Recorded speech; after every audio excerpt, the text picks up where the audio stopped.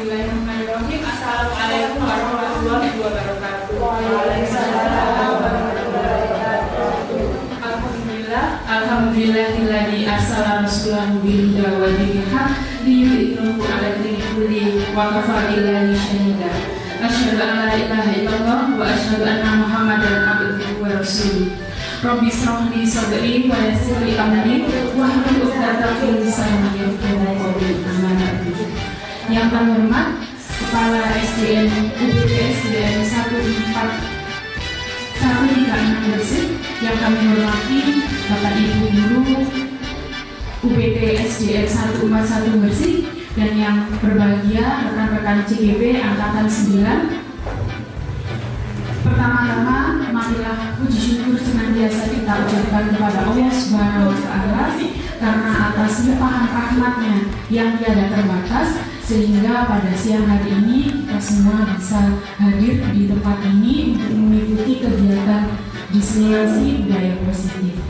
Kedua kalinya, salawat dan salam marilah senantiasa kita hadirkan kepada junjungan kita Rasulullah Muhammad SAW, Rasul teladan kita semua, uswah hasanah yang terbaik bagi umat manusia yang telah membimbing kita dari jalan kegelapan menuju jalan yang terang benderang dalam naungan agama Islam.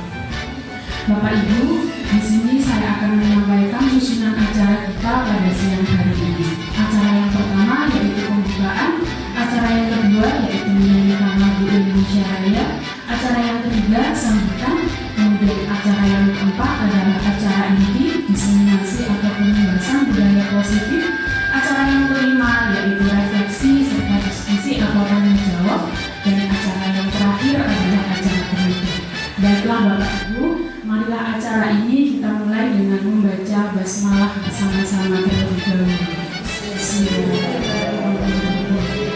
Semoga acara kita pada siang hari ini dapat berjalan dengan lancar, dan apa-apa yang telah kita laksanakan pada siang hari ini nanti bermanfaat bagi kita semua.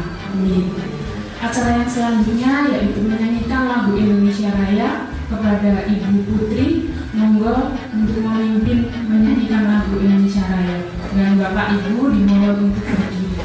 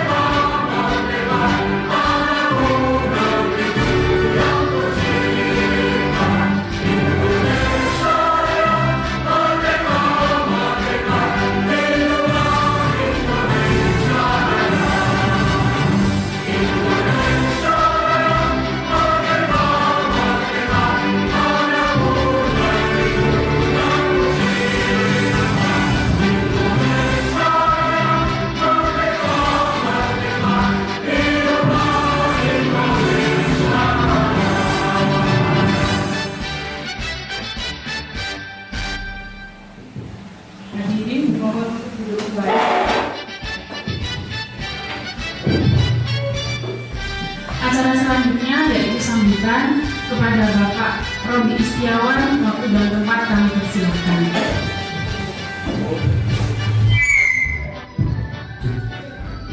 Bismillahirrahmanirrahim. Assalamualaikum warahmatullahi wabarakatuh.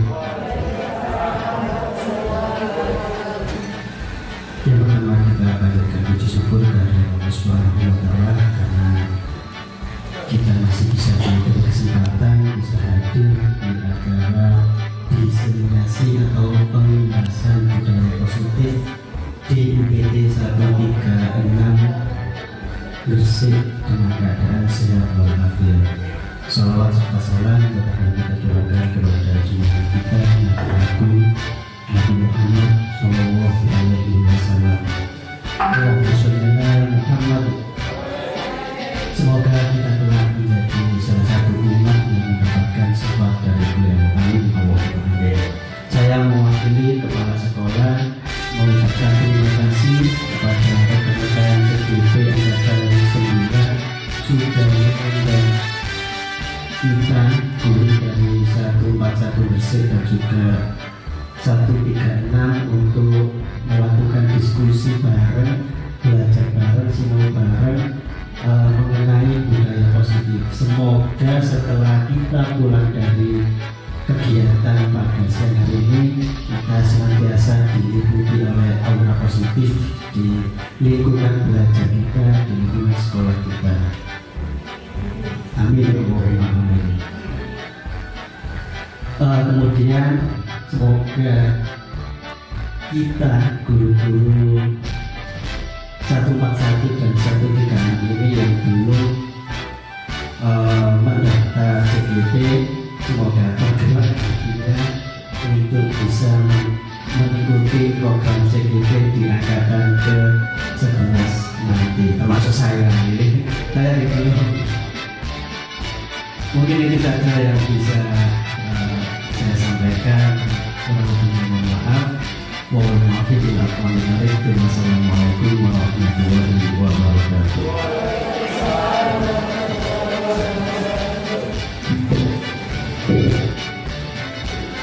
Terima kasih kami sampaikan kepada Bapak Robi Istiawan atas sambutannya. Benar sekali Bapak Ibu, seperti yang disampaikan oleh Bapak Robi tadi, monggo Bapak Ibu di sini yang belum mengikuti program guru penggerak untuk daftar itu sudah dibuka angkatan 11 ya. Monggo, pasti nanti memang perlu perjuangan Bapak Ibu, tapi ketika sudah berhasil lolos seperti kami ini sangat banyak manfaatnya. Jadi banyak sekali yang kami dapatkan dan sayang sekali kalau Bapak Ibu di sini tidak ikut serta. Kemudian Bapak Ibu setelah sambutan, acara selanjutnya yaitu acara inti penimbasan atau diseminasi budaya positif. Sebelum masuk ke acara inti, Bapak Ibu, perkenalkanlah kami untuk memperkenalkan diri terlebih dahulu. Di sini kami yang di depan ini yang pakai kostum merah berlima, seperti yang ada di banner ini, yang pojok kanan sendiri ini adalah saya. Nama saya Yeni Indah Lestari. Saya sehari-hari mengajar di SMA Muhammadiyah 6 Balong Mangga. Kemudian sebelahnya saya ada Ibu Dia. Ibu Dia ini yang hari ini pasukannya paling banyak. Terima kasih atas rawuhnya panjenengan. Semoga lengkapan kakinya panjenengan kesini itu dinilai sebagai amal ibadah. Yang pernah ini yang paling ganteng sendiri ada Pak Adi Wijaya. Pak Adi Wijaya ini sehari-harinya mengajar di sini di UPT SDN 136. Kemudian sebelahnya Pak Adi yang cantik itu adalah Ibu Nita Agustina. Beliau masih ingat sebenarnya usianya tidak imut, penampilannya masih sangat imut karena kesehariannya mengajar di TK Dharma Wanita Kelampok. Kemudian yang terakhir ini ada Ibu Putri, Bu Melia Kencana Putri. Beliau kesehariannya mengajar di UPT 142 Wonorejo. Jadi sebelumnya kami ucapkan terima kasih kepada Bapak Ibu karena pada hari ini berkenan untuk menghadiri undangan kami. Kami yakin mungkin Bapak Ibu yang di sini ini ilmunya sudah lebih dari kami, sudah lebih senior daripada kami, pengalamannya lebih banyak.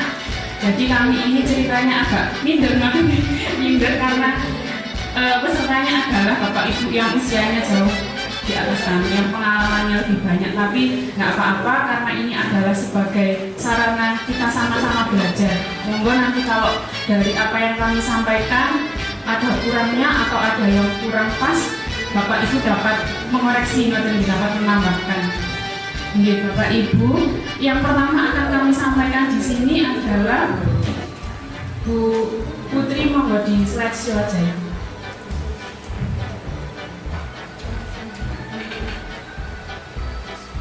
Yang slide ketiga.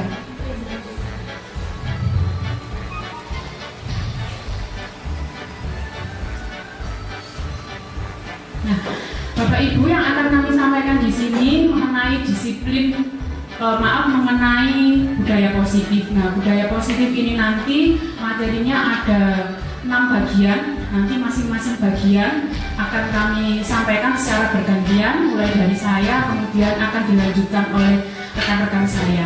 Ya, Bapak Ibu, sebelum masuk ke materi pertama nanti yang akan saya sampaikan, saya ada pertanyaan untuk Bapak Ibu yang ada di sini. Yang pertama, setuju atau tidak Bapak Ibu kalau hukuman itu dapat mendisiplinkan anak? Setuju Bapak Ibu kalau hukuman itu dapat mendisiplinkan anak? Setuju napa mboten? Setuju Pak Robi, setuju. Dari ibu-ibu mungkin suaranya setuju napa mboten Bu kalau hukuman itu dapat mendisiplinkan anak? Enggak setuju. Oke, ada yang setuju, ada yang nggak setuju. Kalau dari ibu-ibu dan bapak calon guru penggerak ini gimana? Hukuman dapat mendisiplinkan anak, setuju napa mboten Pak Ibu? Tidak, hukumannya dulu nggih. Tidak langsung hukuman itu nggih. Kemudian selanjutnya pertanyaan yang kedua. Pemberian hukuman dengan hal positif seperti membaca atau membersihkan halaman sekolah dapat meningkatkan disiplin anak. Setuju nggak Bu Boten? Setuju. Kalau kegiatannya positif, ngoten nggih. Tapi masih berupa hukuman, tetap setuju nggih? Nggih, setuju. Yang ketiga, memberi penghargaan dapat meningkatkan motivasi belajar anak. Setuju nggak Bu Boten? Setuju. Nggih, berarti kalau dikasih penghargaan itu tidak apa-apa nggih, biar anak-anak termotivasi. Nggih, kita simpan dulu jawabannya, nanti akan dijawab oleh rekan-rekan saya nanti. Selanjutnya, disiplin positif dan nilai-nilai kebajikan universal. Nah, ini ada kalimat dari Bapak Pendidikan kita, Bapak Ki Hajar Dewantoro. Beliau mengatakan bahwa di mana ada kemerdekaan, disitulah harus ada disiplin yang kuat. Jadi memang disiplin itu sangat erat kaitannya dengan kemerdekaan. Dalam hal ini merdeka belajar itu nggih Bapak Ibu nggih. Dapat dikatakan merdeka belajar, tapi harus diikuti dengan perilaku yang disiplin. Selanjutnya, nah ini perilaku disiplin, contohnya yang kita pahami selama ini, misalkan ini termasuk nggih, datang tepat waktu, berseragam benar dan lengkap, menghormati guru. Nah ini termasuk disiplin, benar nggih Bapak Ibu? Nggih. Nah ini adalah contoh-contoh perilaku disiplin yang ada di lingkungan sekolah. Nah kemudian yang menjadi pertanyaannya sekarang adalah sebenarnya disiplin itu apa? Kemudian tadi di judul awal ada kata-kata disiplin positif. Apakah disiplin itu ada dua? Disiplin positif dan disiplin negatif. Betul nggak ya pertanyaannya? Nah, jadi sebenarnya disiplin itu apa? Nah ini yang kita pahami Bapak Ibu selama ini, disiplin itu adalah sesuatu yang dilakukan seseorang pada orang lain untuk mendapatkan kepatuhan. Disiplin itu kan sama dengan patuh ya. Orang disiplin berarti patuh melakukan suatu hal, baru bisa dikatakan orang atau anak itu berperilaku disiplin. Kemudian yang selanjutnya, disiplin itu berhubungan dengan ketidaknyamanan, bukan dengan apa yang kita hargai atau pencapaian suatu tujuan mulia. Contohnya Bapak Ibu ngeten, berhubungan dengan ketidaknyamanan. terkadang anak-anak itu berperilaku disiplin tapi dia merasa tidak nyaman atau merasa dipaksa. Contohnya, nanti ada contohnya. Nah ini ada anak-anak berboncengan memakai helm. Ini disiplin apa bukan? Disiplin deh, disiplin dalam berkendara. Tapi ada kalanya kita jumpai ketika di luar sekolah pulang misalkan tidak diketahui guru. Nah, ada anak-anak yang berboncengan 3 tidak pakai helm. Artinya apa? Mereka berperilaku disiplin itu hanya karena takut nanti dimarahi gurunya, atau atau untuk menghindari dibilang polisi. Itu contohnya. Nah, sebenarnya disiplin itu apa? Disiplin itu berasal dari bahasa Latin disiplina yang artinya belajar. Jadi sebenarnya seperti ini Bapak Ibu, disiplin diri membuat orang menggali potensinya menuju sebuah tujuan atau apa yang dia hargai. Nah, jadi disiplin positif itu apa? Jadi sekarang kita memaknainya disiplin itu ada perbedaannya. Kalau tadi kita memahami disiplin itu adalah sesuatu yang timbul akibat paksaan karena kita merasa terpaksa. Nah ini kalau disiplin positif, jadi tujuannya adalah menanamkan motivasi dalam diri pada murid-murid.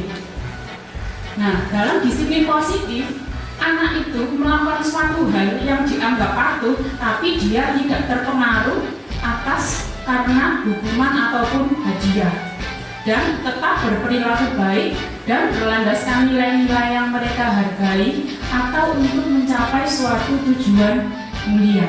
Yang termalu Bapak Ibu, ini kan contohnya anak-anak nih. Contohnya misalkan kita sebagai seorang guru, kadang kita misalkan masuknya jam 7 nih. Nah, saya tanya ke Bu Nita, misalkan jam 7 itu masuknya panjenengan.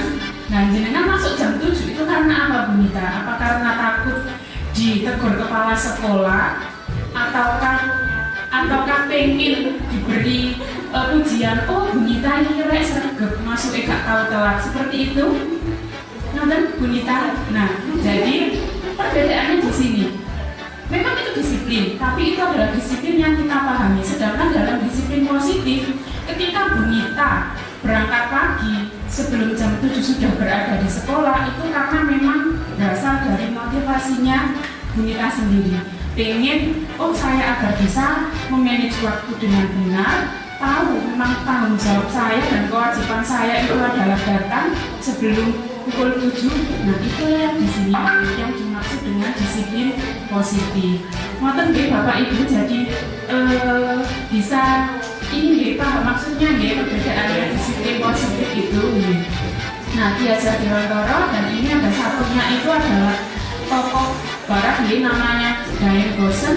Kalau Diajar Dewantara menyatakan bahwa disiplin diri yaitu memiliki motivasi internal. Jika tidak memiliki motivasi internal, maka perlu pihak lain untuk mendisiplinkan kita. Sedangkan Dian Boston menyatakan bahwa disiplin positif itu merupakan cara mengontrol diri dan bagaimana menguasai diri untuk memilih tindakan yang mengacu pada nilai dan tujuan yang kita inginkan. Nah, itu Bapak Ibu terkait disiplin positif. Jadi dapat disimpulkan bahwa yang dimaksud disiplin di sini adalah berperilaku atas motivasi dari dalam dirinya sendiri atau namanya motivasi internal. Kalau dari luar, mereka berperilaku atas paksaan atau berperilaku agar mereka tidak kena hukuman atau pengen mendapatkan penghargaan dari orang lain, itu termasuk motivasi yang eksternal. Nah, tujuan kita sebagai seorang pendidik adalah menciptakan anak-anak yang memiliki disiplin diri, sehingga berperilaku yang mengacu pada nilai-nilai kebajikan universal dan memiliki motivasi intrinsik. Nah, apa itu nilai kebajikan universal? Kebajikan itu kan sama dengan kebaikan nih. Sesuatu yang baik itu disebut dengan kebajikan. Nah, universal itu kalau saya mengartikan menyeluruh. Di sini yang dimaksud kebajikan universal adalah kebajikan yang disepakati bersama, terlepas dari suku bangsa agama, bahasa, maupun latar belakangnya, atau sifat positif manusia yang merupakan tujuan mulia yang ingin dicapai individu. Itulah yang dimaksud dengan kebajikan universal.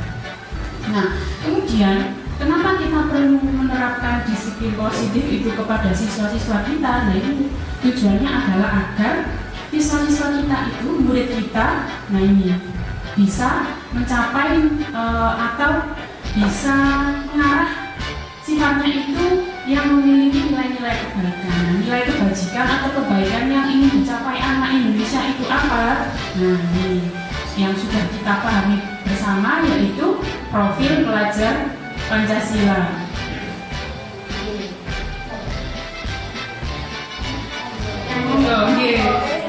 Dipimpin oleh Bu Priyan.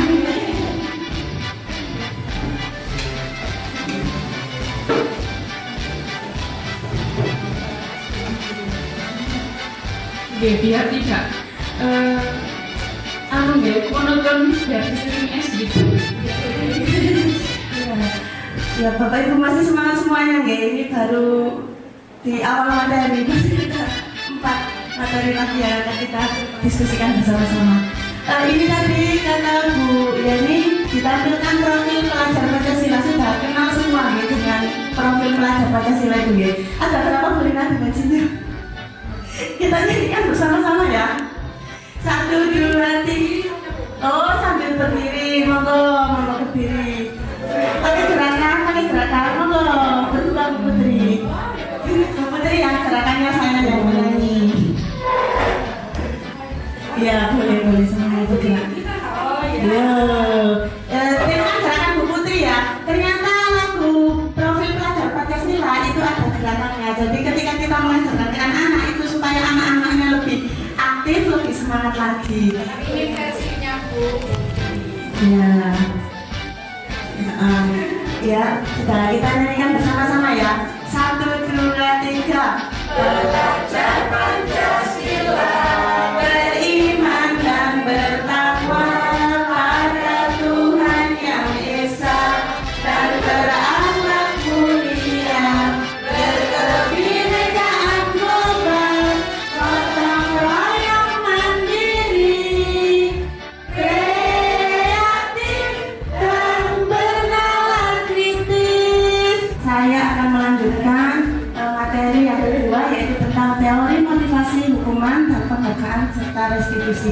Nah, sebelum itu tadi belum ditanya kabarnya. Bagaimana kabarnya Bapak Ibu hari ini? Alhamdulillah, luar biasa. Allahu Akbar. Iya. Nah, begini Bapak Ibu, sebelum lanjut ke materi berikutnya, saya ingin mengajak Bapak Ibu relaksasi sebentar. Nah, di sini saya punya 5 kata, ini bisa kita terapkan ke anak didik kita juga. Sebagai wujud rasa syukur kita juga karena sudah diberikan kesehatan. Katanya itu adalah aku sehat, aku senang, aku sehat, bahagia. Aku senang, aku sehat, bahagia. Apa Bapak Ibu? Ya, sekarang tolong Bapak Ibu dimohon berdiri lagi. Ya, kita relaksasi sebentar ya. Nanti kita menyanyikan lagu itu, aku senang, aku sehat, bahagia, dengan gerakan. Ya, Bapak Ibu setuju ya? Ya, nadanya seperti ini. Aku senang, aku sehat, bahagia. Aku senang, aku sehat, bahagia. Aku senang, aku sehat, dan juga bahagia. Aku senang, aku sehat, bahagia. Ya, bisa nih Bapak Ibu. Coba sekarang mari kita nyanyikan bersama-sama. 1, 2, 3. Aku senang, aku sehat, bahagia. Aku senang, aku sehat, bahagia. Aku senang, aku sehat, dan juga bahagia. Aku senang, aku sehat, bahagia. Ya, terima kasih Bapak Ibu. Silakan duduk kembali. Ya, itu bisa kita terapkan ke anak didik kita ya. ketika menanyakan kabar ke anak didik kita ajak sedikit seperti itu, pasti akan senang sekali mereka. Monggo next.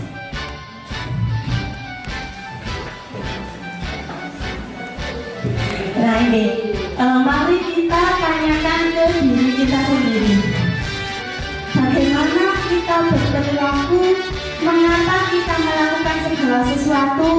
Apakah kita melakukan sesuatu karena adanya dorongan dari lingkungan atau ada dari orang lain? Bagaimana Bu Sulina? Bagaimana kita berperilaku? Coba Bu Sulina, mengapa kita melakukan sesuatu? Apa yang menjadi dorongan dari sesuatu yang Bu Lina lakukan? Kalau saya pribadi, kalau kita berperilaku dari sendiri ya, dari diri kita sendiri. Kalau kita salah, biasanya itu kita dibutuhkan oleh teman, jadi kita bisa berubah. Yang mendorong Bu Lina melakukan sesuatu apa? Melakukan sesuatu itu karena kebutuhan, melakukan sesuatu karena ingin tahu. Ya, lain jawab. Iya, jawaban yang bagus Bu Lina. Ya, bagaimana, apakah ada yang mau menjawab lagi yang lain? Bu Nur Aini? Pak Anton. Ya, next Bu Putri. Nah, terkadang kita melakukan sesuatu itu karena kita menghindari rasa sakit atau ketidaknyamanan. Terkadang juga kita melakukan sesuatu itu untuk mendapatkan apa yang kita inginkan. Seperti Bapak Ibu sekarang kan mengajar di sekolah. Apa tujuannya mengajar di sekolah? Melaksanakan kewajiban. Selain itu apa? Mengamalkan ilmu, apa lagi tidak? Betul sekali Pak Rocky. Itu adalah salah satu motivasi ya, motivasi diri, tidak dipungkiri hal itu. Selanjutnya, nah bagaimana menurut Anda? Pernahkah Anda melakukan sesuatu untuk mendapatkan senyuman dari orang lain, untuk mendapatkan hadiah, atau untuk mendapatkan cuan? Apalagi kira-kira alasan orang melakukan sesuatu? Iya, karena ingin dipuji orang lain. Iya, bisa. Apalagi kira-kira selain hal-hal tersebut, mengapa kita melakukan sesuatu? Tadi sudah disebutkan untuk mendapatkan gaji, untuk memenuhi tanggung jawab, untuk melaksanakan kewajiban. Nah, apa? Hobi, ya, menyalurkan hobi, melakukan sesuatu agar hobi kita tersalurkan. Bisa juga. Next Bu Putri. Nah, untuk mengetahui lebih jauh lagi mengenai motivasi manusia, mari kita simak pemaparan berikut ini. Next. Nah, teori motivasi perilaku manusia itu ada 3.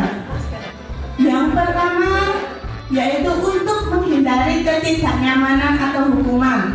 Itu merupakan motivasi eksternal, motivasi dari luar diri kita, yaitu apa yang akan terjadi apabila saya tidak melakukannya.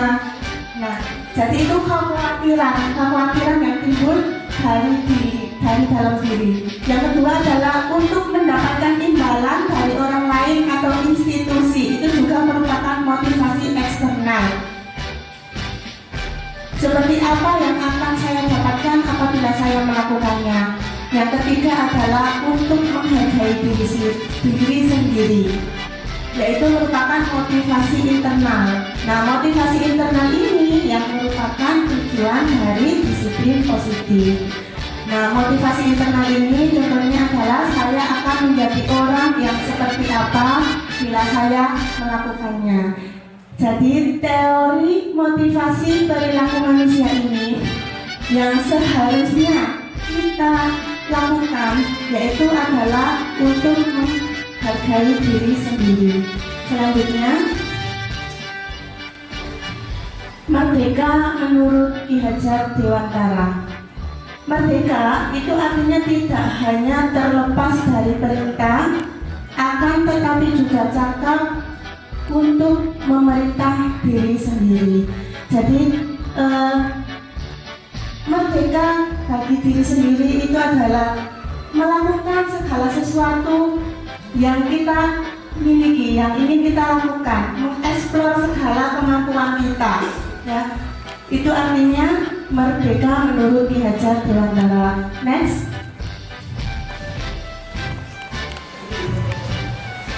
Tujuan dari disiplin positif adalah menanamkan motivasi yang ketiga pada murid-murid kita, yaitu untuk menjadi orang yang mereka inginkan dan menghargai diri sendiri dengan nilai-nilai yang mereka percaya.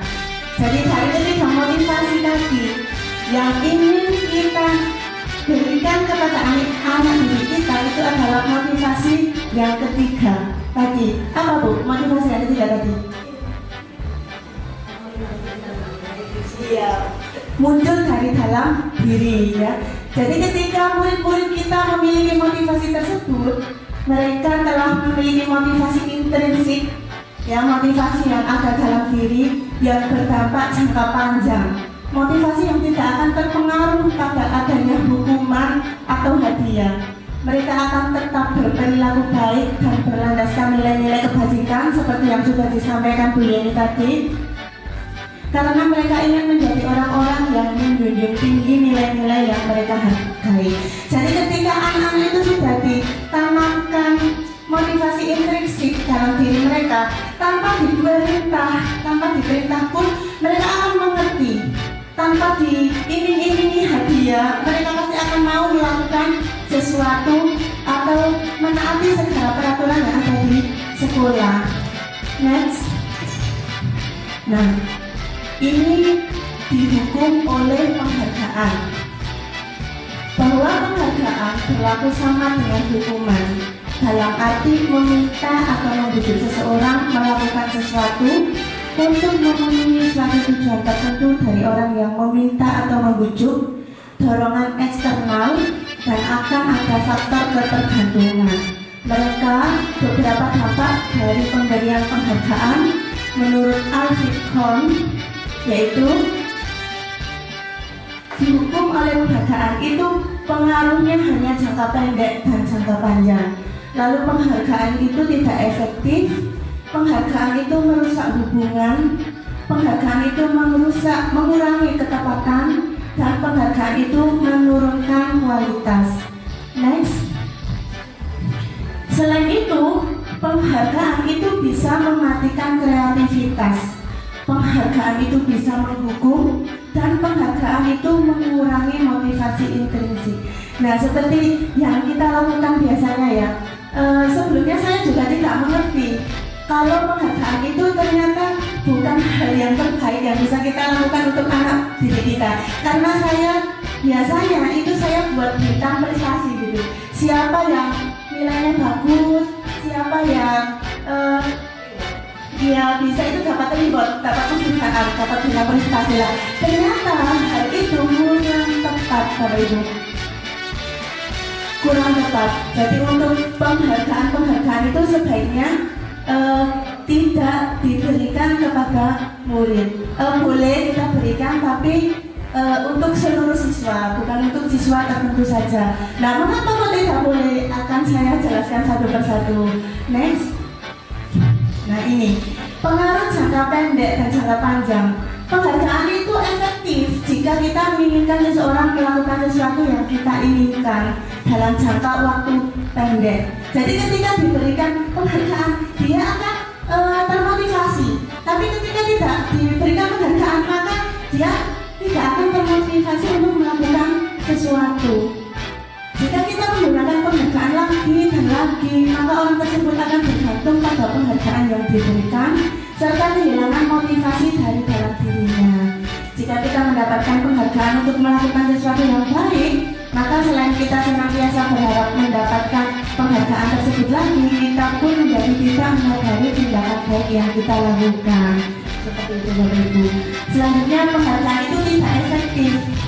Ya, suatu penghargaan itu adalah suatu benda atau peristiwa yang diinginkan, yang dibuat dengan persyaratan hanya jika Anda melakukan hal ini, maka Anda akan mendapatkan penghargaan yang diinginkan.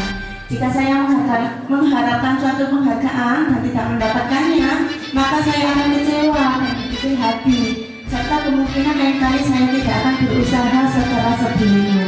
Itu negatifnya penghargaan. Ada lagi penghargaan itu merusak hubungan. Nah, mengapa kok merusak hubungan? Karena ketika seorang diberikan penghargaan atau dipuji di depan orang banyak, maka yang lain akan merasa iri, Bapak Ibu. Dan sebagian dari mereka akan tidak menyukai orang yang diberikan penghargaan tersebut. Jadi yang tadinya temenan, akrab, itu merasa iri dengan temannya yang sudah dapat penghargaan seperti itu. Jika seorang guru sering memberikan penghargaan kepada murid-muridnya, besar kemungkinan murid-muridnya itu termotivasi hanya untuk menyenangkan gurunya. Mereka tidak akan bersikap jujur kepada guru tersebut. Penghargaan juga menciptakan persaingan di dalam kelas, dan persaingan menciptakan kecemasan. Penghargaan mengurangi ketepatan.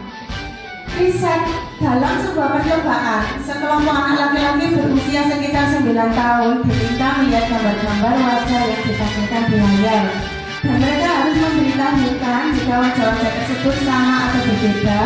Gambar-gambar tersebut hampir sama. Beberapa dari mereka diberi penghargaan dalam bentuk uang pada saat mereka memberi jawaban benar, sementara sebagian yang lain tidak. Hasilnya apa, Bapak Ibu? Jika diberikan reward berupa uang, kebanyakan anak laki-laki yang dibayar itu lebih membuat banyak kesalahan. Next, penghargaan menurunkan kualitas. Pengamatan dilakukan pada sekelompok mahasiswa atau mahasiswi yang sedang kerja praktik di sebuah surat kabar universitas. Saat itu mereka sedang belajar menuliskan sebuah artikel tentang sebuah judul berita utama. Seiring waktu, mahasiswa atau mahasiswi tersebut semakin mampu bekerja dengan cepat. Kemudian ada beberapa mahasiswa atau mahasiswi yang dibayar untuk setiap judul berita utama yang mereka mampu hasilkan.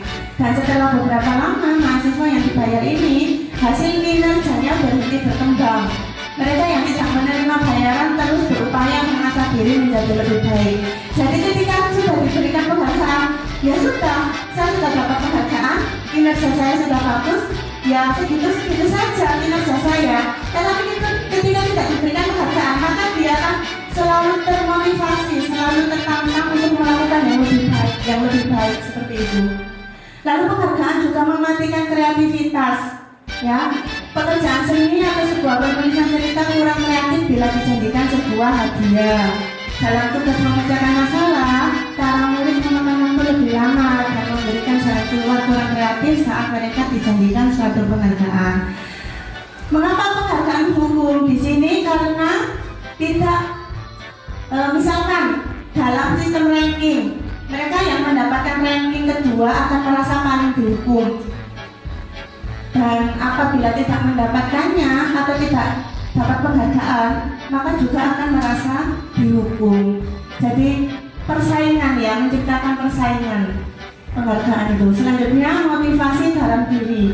Jika kita memberikan penghargaan kepada seorang anak pada saat dia sedang merasa bangga, lalu kita akan mengambil kegembiraan anak saat itu karena kita memberinya penghargaan. Jadi biarkan saja anak itu berkembang atas pencapaiannya sendiri, tidak perlu diberi penghargaan. Next, bentuk program kebajikan atau apresiasi. Nah ini, dalam memberikan apresiasi, penghargaan atau pengakuan itu bisa kita lakukan, tapi ya kita berikan itu secara khusus, secara pribadi atau kepada semua murid. Jadi tidak perlu menunjukkan ke semua. Misalkan memberi reward ke satu anak tapi ditunjukkan ke teman-temannya, itu tidak perlu karena akan menimbulkan merusak hubungan seperti itu, ya. Lalu beri pengakuan yang konsisten. Kalau memberi penghargaan ya harus konsisten, kasih penghargaan ke semua siswa, ya. Lebih fokuslah kepada proses. Next, ini identitas gagal dan identitas sukses, ya. Ada hukuman, ada konsekuensi, ada restitusi. Kalau hukuman itu cenderung ke identitas gagal, sedangkan konsekuensi dan restitusi itu cenderung ke arah disiplin. disiplin. Ini adalah contoh-contoh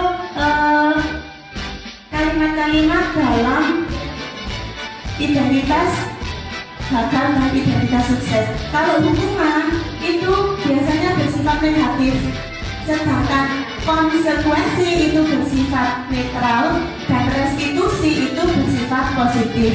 Next.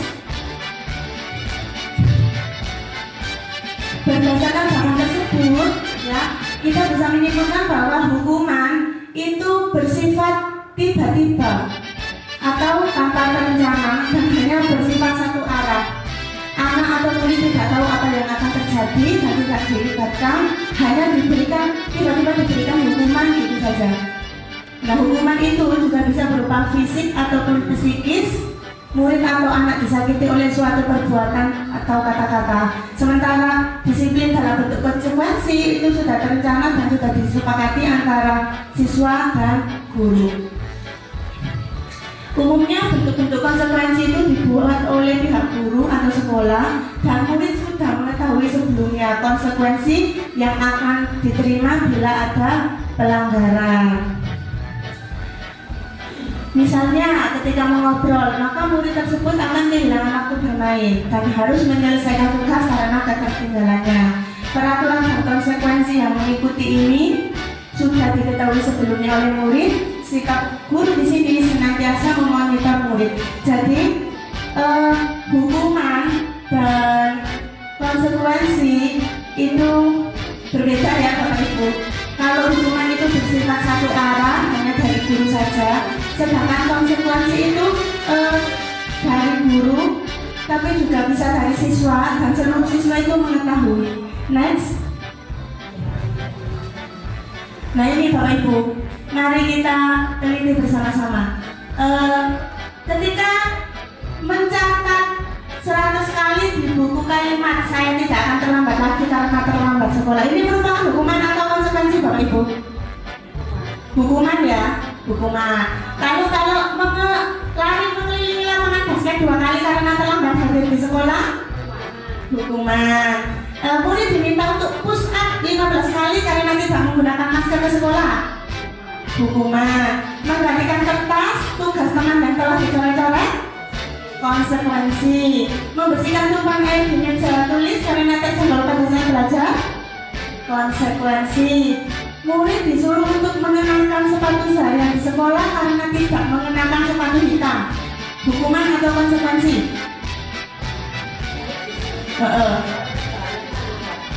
Disuruh untuk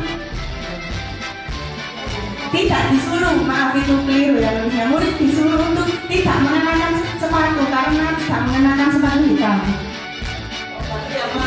Iya, nggak pakai sepatu. Iya. Itu hukuman atau konsekuensi, Bu? Apa? Hukuman ya Bapak Ibu? Ya. Lari mengelilingi lapangan basket 2 kali karena terlambat 10 menit untuk pelajaran PJOK, hukuman. Kita lihat jawabannya ya. Nah, kalimat yang pertama itu hukuman, yang kedua hukuman, yang ketiga hukuman, yang keempat konsekuensi, yang kelima konsekuensi, yang keenam hukuman, yang terakhir konsekuensi. Lari mengelilingi lapangan basket 2 kali karena terlambat 10 menit untuk pelajaran PJOK, itu masuk konsekuensi ya Bapak Ibu. Next.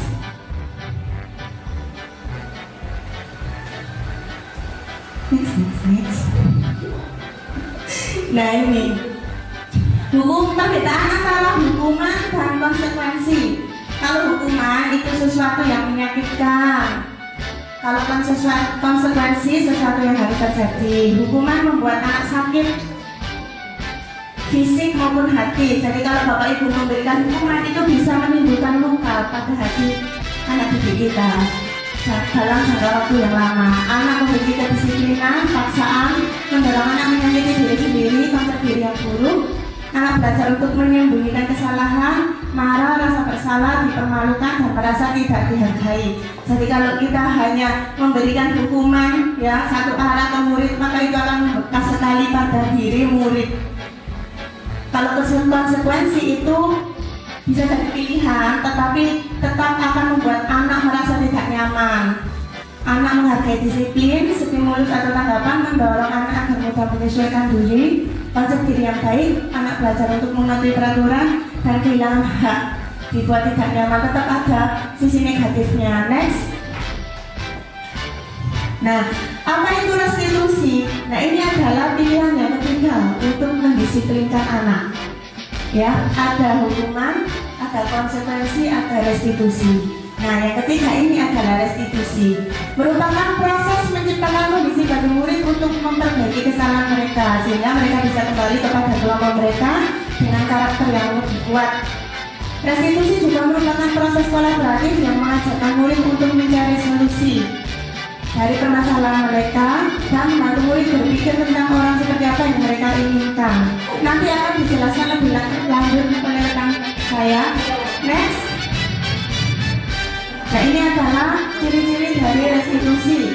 Restitusi itu bukan untuk menebus kesalahan, namun untuk belajar dari kesalahan, memperbaiki hubungan, tawaran bukan paksaan. Restitusi menuntut untuk melihat ke dalam diri. Restitusi mencari kebutuhan dasar yang mendasari tindakan. Restitusi itu adalah cara yang paling baik, yang fokus pada karakter bukan tindakan, fokus pada solusi dan mengembalikan murid yang berbuat salah pada kelompoknya. Nanti akan dijelaskan lebih lanjut oleh rekan-rekan saya. Mungkin ini slide yang terakhir dari saya ya. Nah, selanjutnya akan diterangkan lebih lanjut mengenai keyakinan kelas oleh Bunita. Monggo Bunita, waktu kami persilakan.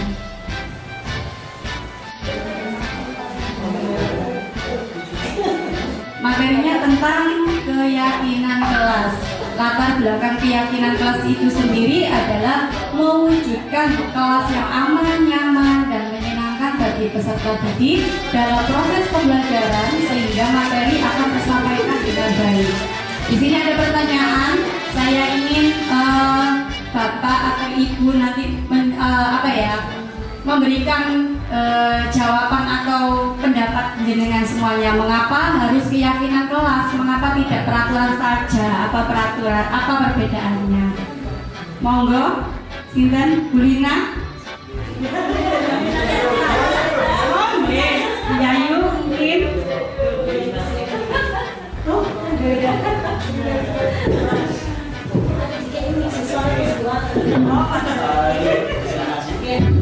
Harus keyakinan kelas, mengapa tidak peraturan saja, apa perbedaannya? Kalau keyakinan kelas menurut saya itu dibikin bersama-sama antara guru dengan siswa sehingga membentuk kesepakatan yang nantinya menjadi keyakinan kelas yang sama-sama disetujui, disepakati sehingga tidak ada hal yang memaksa. Kalau peraturan itu menurut saya itu dibuat oleh salah satu pihak, misalkan guru, sehingga seakan-akan siswa itu terpaksa untuk mematuhi peraturan tersebut. Seperti itu.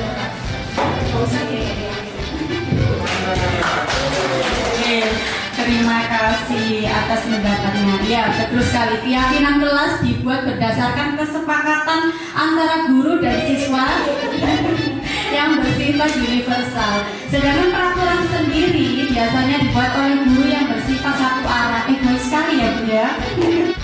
Dan keyakinan kelas itu sendiri biasanya kalimatnya itu dibuat dalam bentuk kata yang positif. Nah, di sini ada contohnya. Mengapa kita memiliki peraturan 3M? Menggunakan masker, mencuci tangan, dan menjaga jarak. Nah, ini adalah nilai-nilai keselamatan atau kesehatan yang kita ambil. Inilah yang disebut sebagai suatu keyakinan, yaitu nilai-nilai kebajikan atau prinsip-prinsip universal yang disepakati bersama secara universal, lepas dari latar belakang, suku, negara, bahasa maupun agama. Nah, di sini murid-murid pun demikian, ibu-ibu. Mereka perlu mendengarkan dan mendalami tentang suatu keyakinan. Apa sih keyakinan itu? Daripada hanya mendengarkan peraturan-peraturan yang mengatur mereka harus berlaku gini begitu. Jadi harus kita paksa. Jadi kita kita ajaklah. Kalau di TK saya itu keyakinan kelasnya itu berupa gambar itu kan masih belum bisa seperti anak-anak SD itu. Jadi kita bikin gambar apa? Setuju nggak anak-anak seperti ini membawa sampah di tempatnya? Selanjutnya, suatu keyakinan akan lebih memotivasi seseorang dari dalam. Seseorang akan lebih bersemangat untuk menjalankan keyakinannya daripada hanya sekedar mengikuti peraturan. Setiap perilaku yang kita lakukan di dalam kelas dapat menentukan terciptanya sebuah lingkungan yang positif. Perilaku warga kelas tersebut menjadi sebuah kebiasaan. Jadi nanti keyakinan-keyakinan itu nanti akan membentuk sebuah budaya positif. Untuk mendukung motivasi intrinsik kembali memerlukan nilai-nilai keyakinan. Keyakinannya adalah lebih menggerakkan seseorang dibandingkan mengikuti serangkaian peraturan-peraturan. Nah, di sini ada 5 poin pembentukan keyakinan kelas. Yang pertama adalah keyakinan kelas bersifat lebih abstrak, sedangkan peraturan itu lebih rinci, lebih konkret. Yang kedua, keyakinan kelas berupa pertanyaan universal dan dibuat dalam bentuk kata yang positif. Yang ketiga, keyakinan kelas hendaknya disesuaikan dengan kondisi kelas sehingga mudah diterapkan. Yang keempat, semua warga kelas dilibatkan saat membuat keyakinan kelas. Dan yang terakhir, bersedia meninjau kembali keyakinan kelas dari waktu ke waktu. Nah, di sini ada pertanyaan lagi untuk jenengan-jenengan. Saya mau meminta pendapat jenengan. Di sini peraturannya selalu kembalikan buku ke tempatnya. Kira-kira kalau dirubah keyakinan kelas, kenapa nggih? Selalu kembalikan buku ke tempatnya.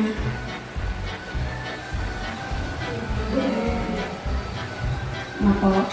Kalau dirubah keyakinan kelasnya, jangan. Nah, ini ada pertanyaan lagi. Dilarang mengganggu orang lain kalau dirubah keyakinan kelasnya. Dilarang mengganggu orang lain.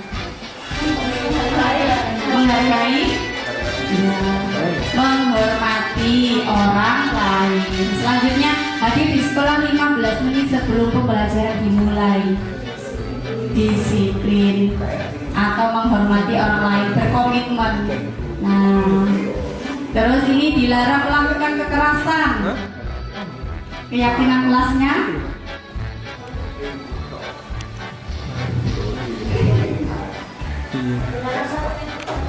iya.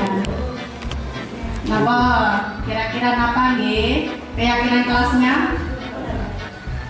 menghargai keselamatan. Kan merujuk keselamatan nggih anak-anak, menghormati orang lain. Menghormati orang lain ini maksudnya yang membuat keyakinan kelas itu sendiri.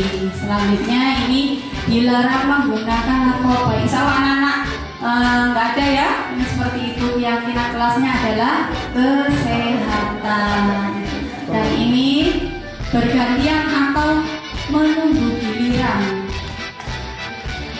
Apa? Disiplin. Ya, disiplin atau menghormati orang lain. Nah, ini terakhir. Gunakan masker. Keyakinan kelasnya,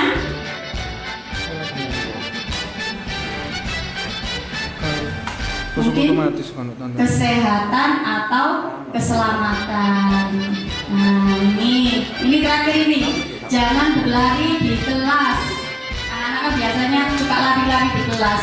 Nah, dirubah keyakinan kelasnya menjadi keselamatan atau keamanan.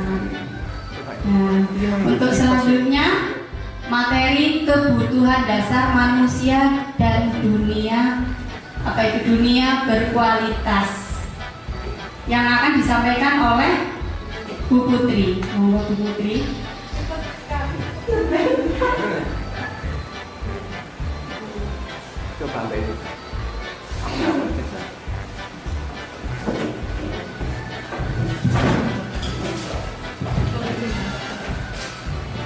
Baik, Bu Lida, terima kasih atas waktu yang telah diberikan. Bagaimana Bapak Ibu, masih semangat? Suara saya keras ya. Semangat ya. Tepuk 1. Ya, bilang yes. Tepuk 2 oke. Tepuk 3 semangat. Tepuk 4 konsentrasi. Dan tepuk 5 siap belajar. Saya ulangi lagi. Tepuk 1, tepuk 2, tepuk 3, tepuk 4, tepuk 5, siap belajar. Baik, berarti siap untuk belajar selanjutnya. Baik, saya akan menyampaikan materi yang keempat, yaitu mengenai kebutuhan dasar manusia dan dunia berkualitas. Nah, mengenai materi ini Bapak Ibu, nanti tujuan pembelajaran kita yaitu yang pertama, Bapak Ibu dapat menjelaskan kebutuhan dasar yang menjadi motif dari tindakan manusia, baik murid maupun guru. Kemudian yang kedua, Bapak Ibu nanti dapat menganalisis dampak tidak terpenuhinya kebutuhan dasar terhadap pelanggaran peraturan dan tindakan yang tidak sesuai dengan nilai kebajikan. Kemudian tujuan yang terakhir yaitu Bapak Ibu dapat mengidentifikasi peran dari sekolah guru dalam upayanya menciptakan lingkungan belajar dan pemenuhan kebutuhan anak yang beragam. Nah, sebelum kita memasuki materi kebutuhan dasar, kita diberikan pertanyaan pemantik dulu, yaitu Ibu Ambar, guru wali kelas 2A di SD Pelita Hadi, sedang bingung menghadapi ulah salah satu murid di kelasnya, yaitu Doni. Beberapa anak di kelas 2A telah datang padanya dan mengeluhkan Doni yang seringkali meminta bekal makan siang mereka dengan paksa. Jika Anda menghadapi situasi seperti Ibu Ambar, apa yang akan Anda lakukan? Menurut Anda, kira-kira apa alasan Doni melakukan hal itu? Nah, Bapak Ibu, ini nanti akan ada hubungannya dengan kebutuhan dasar manusia. Monggo, siapa yang bisa atau ingin menjawab mengenai pertanyaan pemantik ini? Monggo dari Bapak bisa menjawab. Monggo Pak. Bu Martina, gimana? Ayo Bu Martina dijawab. Ini ada hubungannya dengan kebutuhan dasar manusia.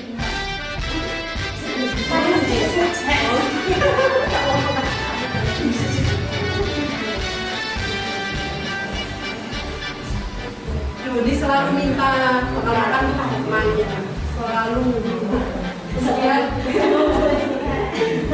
Kalau jenengan melihat murid yang seperti itu, yang jenengan kan Yang saya lakukan pertama adalah memanggil Doni secara pribadi, kemudian menanyakan kenapa Doni melakukan hal tersebut.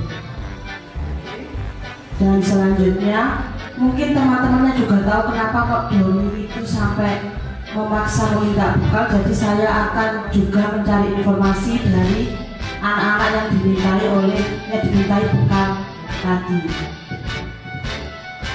Nanti setelah ketemu permasalahannya, maka nanti akan kita berdiskusi bersama bagaimana kesepakatan kelasnya untuk agar Doni mau berubah untuk menjadi yang lebih baik, atau mungkin Doni itu minta bekal karena memang dia tidak punya. Berarti kan kita juga memberikan pengertian kepada teman-temannya kalau sesama teman itu harus membantu. Mungkin Doni kemarin itu kan karena terpaksa karena tidak mempunyai bekal, mungkin orang tuanya tidak membuatkan bekal, jadi kita harus sama-sama saling membantu karena satu kelas itu kan kita saudara. Kalau ada yang kesusahan mungkin kita membantu, dan awalnya tadi kan Doni melakukan itu kan mungkin karena terpaksa. Jadi nanti kita sama-sama mencari tengahnya gitu. benar sekali apa yang dikatakan Bu Martina. Terima kasih dan tepuk tangan untuk Ibu Martina. Sepertinya Bu Martina ini sudah paham mengenai materi ini. Apa bocorannya Bu? Next Bu. Nah, ini Bapak Ibu merujuk pada situasi yang sedang dihadapi Ibu Ambar di atas. Dalam konteks penegakan disiplin positif, Ibu Ambar sebaiknya, benar ya yang dikatakan oleh Bu Martina tadi, mencari tahu alasan Doni melakukan tindakan tersebut agar mengetahui kebutuhan mana yang sedang berusaha dipenuhi oleh Doni. Nah, Bapak Ibu, konsep tersebut mari kita hubungkan dengan disiplin positif, di mana dinyatakan bahwa ada suatu tujuan di balik sebuah perilaku manusia.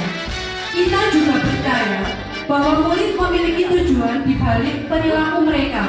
Salah satunya adalah untuk memenuhi kebutuhan dasar mereka.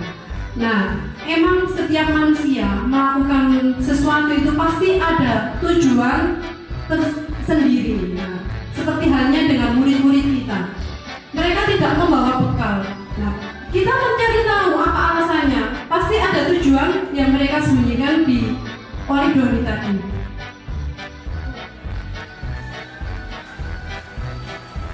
Nah, seluruh tindakan manusia itu emang memiliki tujuan tertentu.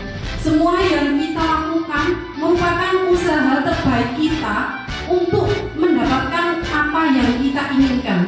Ketika kita mendapatkan apa yang kita inginkan, sebetulnya saat itu kita juga sedang memenuhi satu atau lebih dari satu kebutuhan dasar kita, yaitu sebagai manusia. Kebutuhan untuk bertahan hidup, kasih sayang dan rasa diterima, kebebasan, kesenangan, dan penguasaan. Ini ada 5 dasar kebutuhan manusia. Nah, ketika seseorang murid melakukan suatu perbuatan yang bertentangan dengan nilai-nilai kebajikan seperti yang disampaikan oleh teman tadi, atau melanggar peraturan, itu sebenarnya dikarenakan mereka gagal memenuhi kebutuhan dasar mereka. Nah, untuk lebih jelasnya, sekarang kita saya jelaskan satu persatu mengenai 5 kebutuhan dasar manusia.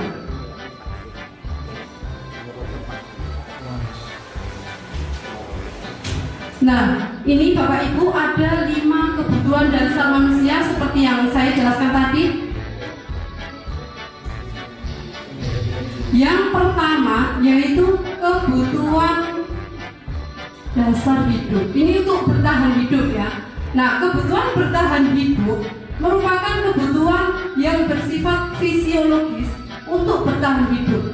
Misalnya kesehatan, rumah, dan makanan. Jadi kita bertahan hidup itu bukan hanya faktor lapar, bukan hanya makanan saja ya. Jadi ya kesehatan, rumah, dan makanan ini merupakan kebutuhan dasar kita untuk bisa bertahan hidup. Nah, selain itu, kebutuhan biologis sebagai bagian dari proses reproduksi itu juga termasuk kebutuhan untuk tetap bertahan hidup. Benar apa tidak, Bu?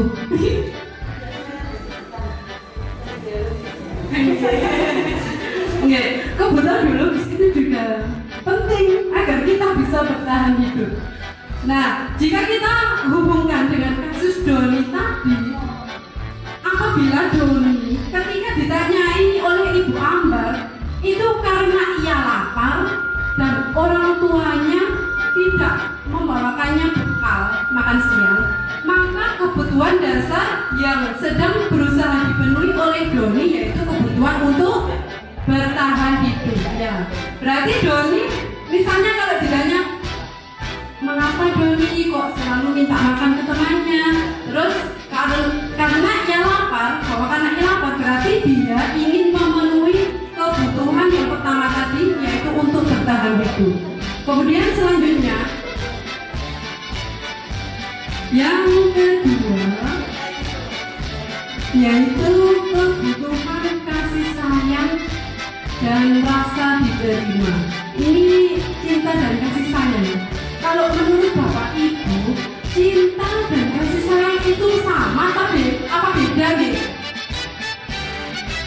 bagaimana Bu Selina? Cinta dan kasih sayang itu sama atau beda? Kalau menurut Ibu bagaimana? Karena sayang itu lama. Iya, ya beda. Seperti itu ya, kita jangan lupa dulu. Sayang gitu. Berarti kalau orang sayang itu belum tentu dicintai, gitu nih. Kalau cinta itu ditujukan untuk kepada seseorang, kuat tak?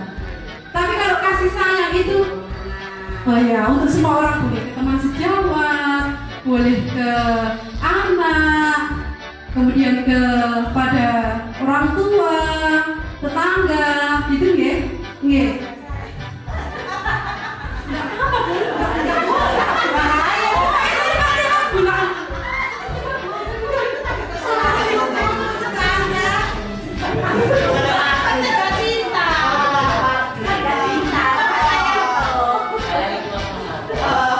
Berarti iya benar. Lebih luas kasih sayang ya, lebih luas kasih sayang daripada mencintai. Orang sayang belum tentu mencintai. Nah, ini untuk kebutuhan kasih sayang, yaitu merupakan kebutuhan psikologis. Kebutuhan untuk disayangi dan diterima meliputi kebutuhan akan hubungan dan koneksi sosial, kebutuhan untuk memberi dan menerima kasih sayang, dan kebutuhan untuk merasa menjadi bagian dari suatu kelompok. Nah, kebutuhan ini meliputi keinginan untuk tetap terhubung dengan orang lain, seperti teman, keluarga, kemudian pasangan hidup, teman kerja, kepada binatang peliharaan juga, dan kelompok di mana kita tergabung. Anak-anak yang memiliki kebutuhan dasar kasih sayang dan rasa diterima yang tinggi itu biasanya ingin disukai dan diterima oleh lingkungannya. Mereka juga akrab dengan orang tuanya. Nah, berarti biasanya mereka itu belajar karena suka pada gurunya. Biasanya anak-anak seperti itu. Bagi mereka, teman sebaya itu sangatlah penting. Mereka juga biasanya suka bekerja dalam kelompok. Nah, jika dihubungkan dengan kasus Ibu Ambar tadi, apabila Doni itu menjawab dengan alasan mengambil bekal temannya itu karena dia merasa senang temannya jadi memperhatikan dia. Oh, dia ini diperhatikan gitu. Misalnya kalau Doni ditanya, itu alasannya seperti itu, ingin diperhatikan oleh temannya. Berarti Doni itu memenuhi kebutuhan dasar yang kedua, yaitu apa tadi Bapak Ibu? Iya, benar sekali, kasih sayang dan rasa diterima. Oke, next.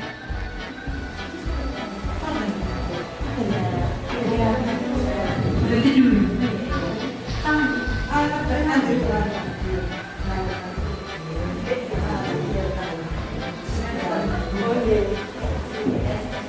Yang ketiga yaitu penguasaan, kebutuhan penguasaan atau kebutuhan pengakuan atas kemampuan. Kebutuhan ini berhubungan dengan kekuatan untuk mencapai sesuatu, menjadi kompeten, menjadi terampil, diakui atas prestasi dan keterampilan kita, didengarkan dan memiliki rasa harga diri. Kebutuhan ini meliputi keinginan untuk dianggap berharga, bisa membuat perbedaan, bisa membuat pencapaian, kompeten, diakui, dihormati, dan keinginan untuk meninggalkan pengaruh. Ini penguasaan. Kemudian jika dihubungkan dengan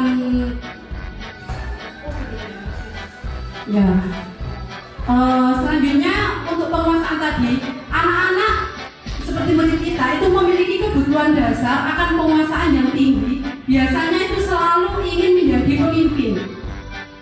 Biasanya sifatnya seperti itu. Mereka juga suka mengamati sebelum mencoba hal baru dan merasa kecewa bila melakukan kesalahan. Nah, emang kita di kelas itu menemukan berbagai karakter siswa nih Bapak Ibu. Ada yang selalu ingin tidak mau dikalahkan dengan temannya, juga ada seperti itu. Nah, jika dihubungkan dengan kasus Doni tadi mengenai kebutuhan penguasaan ini, apabila Doni ketika ditanya Ibu Ambar itu memberikan alasan karena temannya jadi takut dengan dia dan menuruti keinginannya. Nah, ini sebetulnya Doni itu ingin memenuhi kebutuhan dasarnya yaitu kekuasaan. Jadi ada beberapa alasan tadi. Yang pertama tadi karena ingin bertahan hidup, kemudian karena kasih sayang, kemudian yang ketiga ini karena ingin memenuhi kebutuhan penguasaan. Ada lagi? Ya, ini selanjutnya yaitu kebutuhan kebebasan atau kebutuhan akan pilihan. Kira-kira menurut jenengan apa kebutuhan kebebasan ini tujuannya apa nih? Apa Bu? Agar tidak boring atau mengekspresikan diri. Jenengan kalau di sekolahan mengajar terus dikurung terus di sekolah betah nggak? Ingin kemana?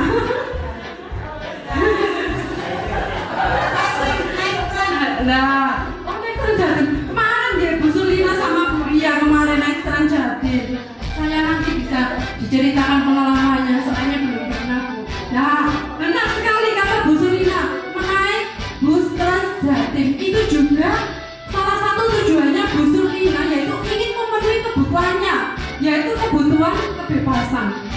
Saya lanjutkan untuk kebutuhan yang terakhir yaitu kebutuhan kesenangan atau kebutuhan untuk merasa senang. Dapat diartikan bahwa kebutuhan ini untuk mencari kesenangan, bermain dan juga ingin tertawa. Kita bayangkan sendiri jika hidup kita tanpa kenikmatan apapun. Bagaimana? Jelas menyedihkan, ya? Saat makanya kita setiap hari itu jangan lupa bahagia. Benar sekali kata-kata itu. Nah, dari Glasser itu menghubungkan kebutuhan akan kesenangan dengan belajar.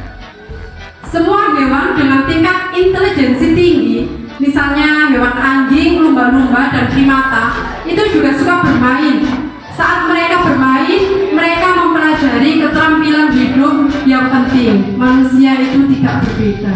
Nah, seperti halnya kita saat mengajar Bapak Ibu, kita harus memberikan pembelajaran yang bervariasi, tidak monoton saja, ya. Tidak hanya memberikan ceramah, tapi kan yang aktif itu harus siswa, bukan teacher center tapi student center.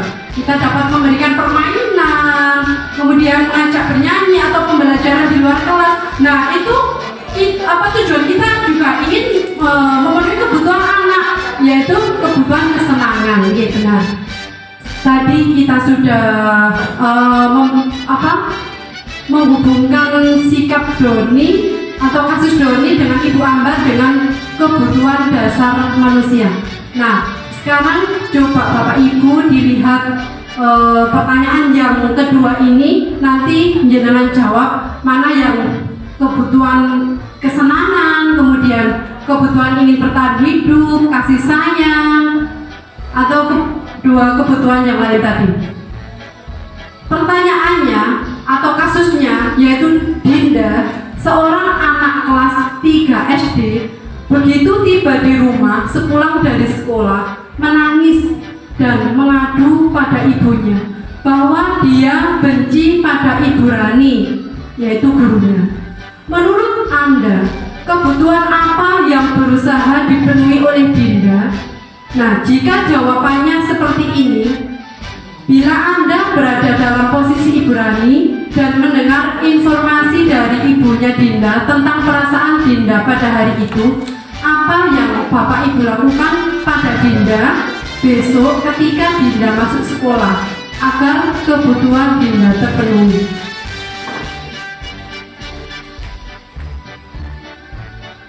Nah, ini Bu, jika jawaban Dinda seperti ini, Ibu guru bilang, aku tidak boleh bersenandung sewaktu mengerjakan tugas.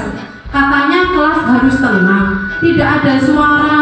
Kan nggak seru jadinya. Nah ini kan merupakan kebutuhan kesenangan. Kira-kira tindakan Bapak Ibu bagaimana jika melihat kasus seperti ini? Alasan Dinda yang pertama itu tadi. Terus Bundi, ada yang ingin menjawab? Mungkin Bapak yang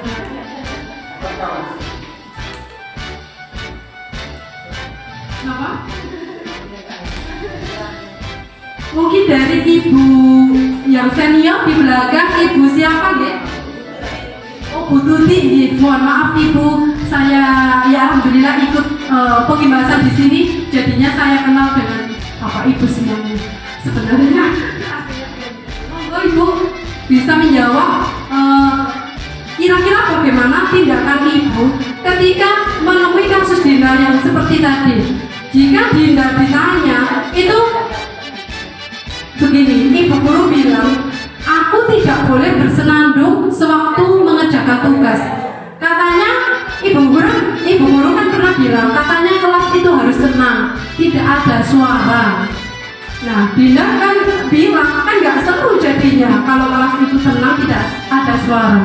Nah, menurut panjenengan terus Bundi, kalau untuk memenuhi kebutuhan kesenangannya,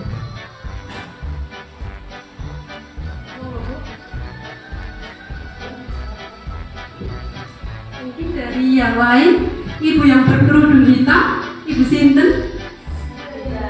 Bu Ida, nggih, monggo ibu.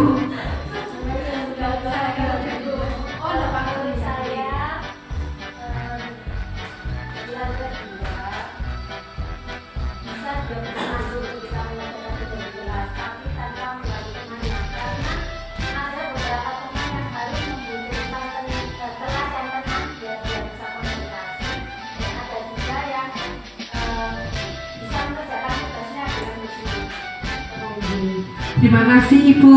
Iya benar sekali. Emang karakter anak itu beda-beda Bapak Ibu di kelas kita, makanya sebagai guru SD, apalagi sebagai guru TK itu apa ya? Nggih lucu gitu. Terkadang itu ingin marah gitu ya. Karena melihat perbedaan atau keberagaman dari karakter siswa kita. Benar. Di kelas misalnya kita Dinda ingin bersenandung. Nah, boleh saja dia menyanyi atau bersenandung asalkan tidak mengganggu pembelajaran. Nah, boleh bersenandung saat di luar kelas, saat sudah selesai pembelajaran.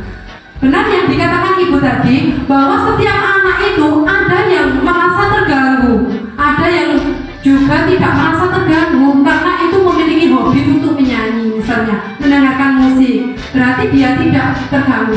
Tapi kalau temannya tidak suka untuk mendengarkan musik, nah jelas itu terganggu dan mengganggu konsentrasi mereka. Nggih, benar. Kemudian untuk jawaban Dinda yang kedua, yaitu ibu guru tidak menyamaku hari ini, padahal aku pakai jepit rambut baru. Nah, jika untuk memenuhi kebutuhan kasih sayang dan rasa diterima, bagaimana tindakan Bapak Ibu jika sebagai ibu gurunya Dinda?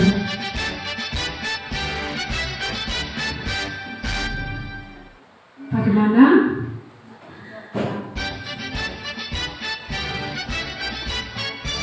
Mungkin dari Pak Susi.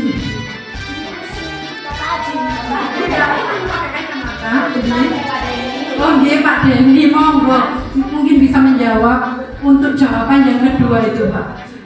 Jenengan jika sebagai gurunya Dinda, kalau Dinda memberikan jawaban, ibu guru tidak menyapaku hari ini, padahal aku pakai jepit rambut baru. Nah, kalau untuk memenuhi kebutuhan kasih sayang dan rasa diterima, kita harus bilang ke Dinda bagaimana?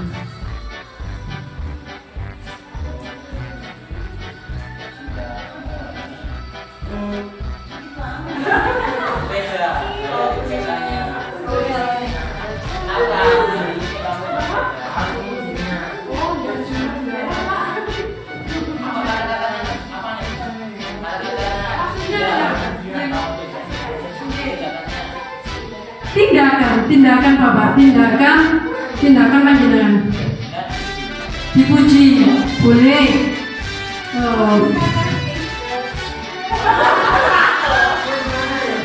Nggih.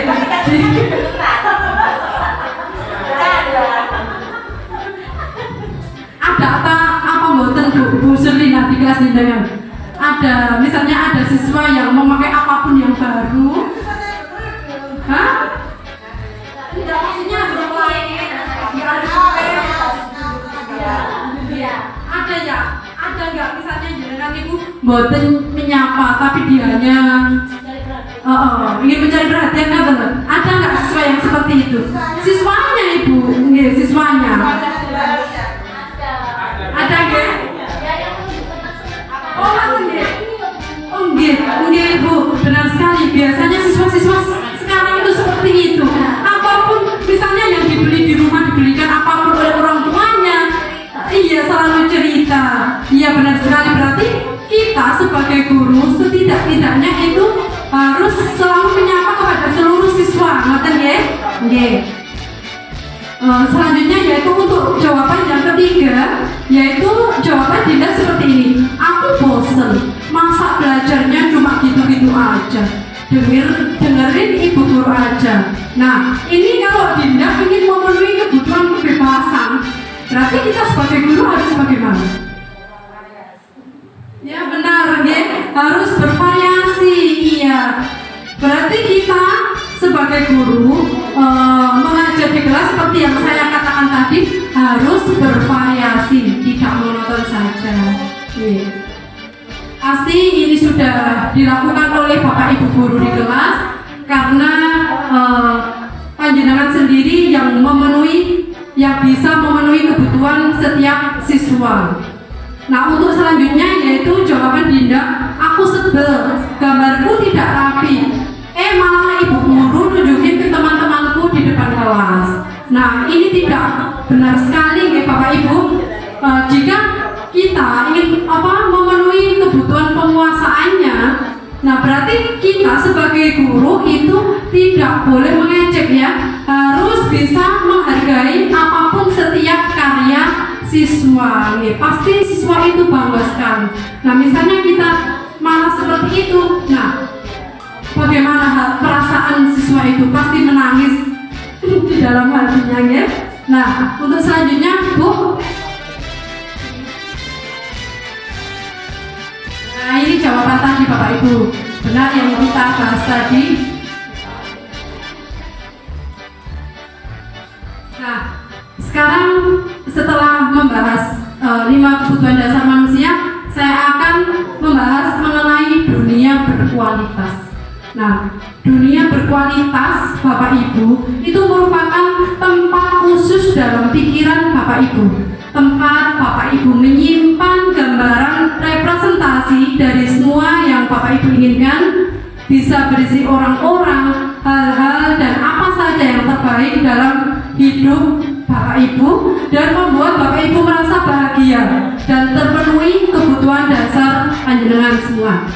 Nah, menurut Dr. William Glasser itu menyebutnya seperti semacam album foto. Jadi menurut William, dunia berkualitas itu seperti album foto, sehingga isinya itu tidak akan terlalu banyak, hanya akan terdiri dari beberapa hal saja yang sangat signifikan dan benar-benar terbaik dalam hidup Bapak Ibu yang membuat hidup Bapak Ibu menjadi lebih bermakna. Nah, kebutuhan dasar, kalau kebutuhan dasar itu bersifat umum atau universal. Nah, sedangkan dunia berkualitas itu lebih unik dan personal. Selanjutnya. Nah, seperti halnya kita, murid itu juga mempunyai gambaran dunia berkualitas mereka. Tentunya sebagai guru, kita juga ingin mereka memasukkan hal-hal yang bermakna dan nilai-nilai kebajikan yang hakiki ke dalam dunia berkualitas mereka. Bila guru dapat membangun interaksi yang memberdayakan dan memerdekakan murid, nah maka murid akan meletakkan dirinya sendiri sebagai individu yang positif dalam dunia berkualitas karena mereka menghargai nilai-nilai kebajikan. Nah, ini jika Bapak Ibu ingin menggambarkan mengenai dunia berkualitas Bapak Ibu, bisa menjawab beberapa pertanyaan-pertanyaan ini. Seperti yang pertama, siapakah orang-orang yang paling penting dalam hidup Bapak Ibu? Tadi kan sudah saya jelaskan bahwa dunia berkualitas itu bisa orang, bisa benda yang menurut Bapak Ibu berkualitas dalam hidup Bapak Ibu sekalian. Nah, untuk yang pertama saya ingin tahu dari Bapak siapakah orang-orang yang paling penting dalam hidup Bapak? Menurut Bapak sinten sing paling penting, Pak? Orang tua. Dari Bapak. Dari Bapak Parto, orang-orang yang paling penting itu orang tua. Kalau dari Ibu belakangnya sinten, Bu? Orang tua juga. Jenengan sinten? Suami. Bagus sekali ya Bu Suliana ini. Lebih penting suami atau orang tua, Bu? Suami di nomor 1 kan? Wajah. Boleh bermacam-macam. Menurut panjenengan ini pasti bermacam-macam. Ada yang orang tua, misalnya pasangan hidupnya. Ada yang paling penting itu anaknya, juga ada. Nah, jika digabung jadi satu misalnya keluarga, nah boleh, terserah panjenengan. Nanti jika ingin panjenengan semua, jika ingin menggambarkan dunia berkualitas panjenengan, nah bisa menjawab beberapa pertanyaan ini. Kemudian yang kedua, nilai-nilai kebajikan apa yang terpenting dalam hidup Bapak Ibu? Kira-kira nilai-nilai apa sih paling penting?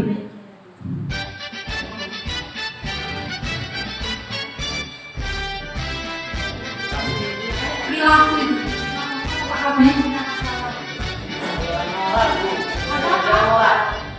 Ya, nilai moral menurut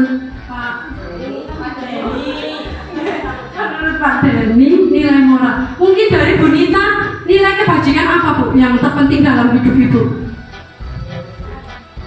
Nilai tanggung jawab. Iya, benar juga. Pasti setiap orang memiliki jawaban yang berbeda dari setiap individu. Kemudian yang ketiga, kalau Anda menjadi orang yang ideal, karakter atau sifat apa yang Anda paling inginkan ada pada diri Anda?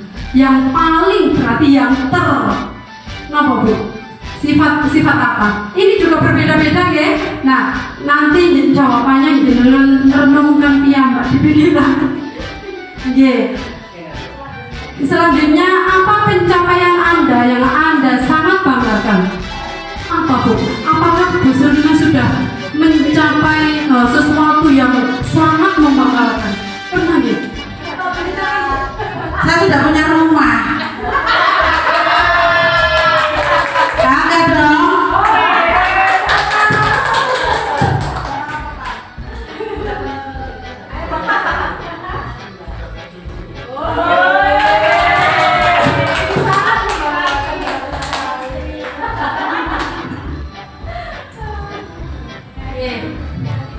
Iya, benar ya Bu ya. Tidak punya rumah itu nggak hal yang menyedihkan ya Bu ya, tapi hal yang membanggakan menurut Bu Surina. Boleh, setiap individu memang berbeda ya.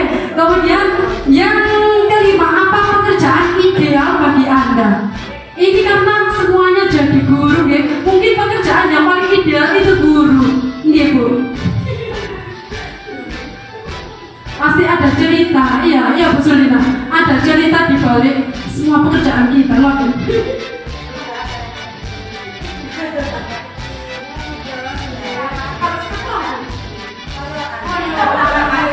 Sekarang pekerjaan guru itu sangat ideal memang. Jadi banyak orang yang keroyokan ini punya guru. Kemudian untuk pertanyaan yang ke-6, ceritakan bagian perjalanan hidup Anda. Ini tidak perlu ya. Apa ada yang ingin bercerita panjang lebar mengenai di mana Anda merasa itulah titik puncak hidup Anda? Mungkin ya,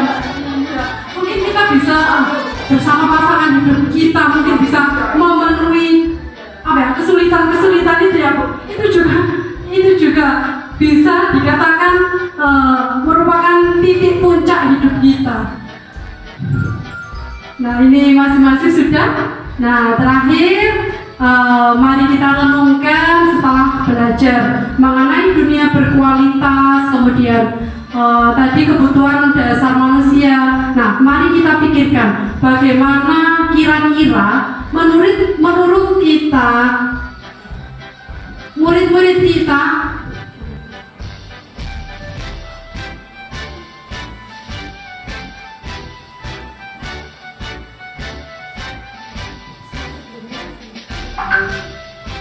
ini bagaimana kira-kira murid-murid kita dan guru-guru di sekolah kita selama ini sudah meletakkan sekolah dan pengalaman mereka di sekolah sehubungan dengan dunia berkualitas, apakah di dalamnya atau di luar dunia berkualitas.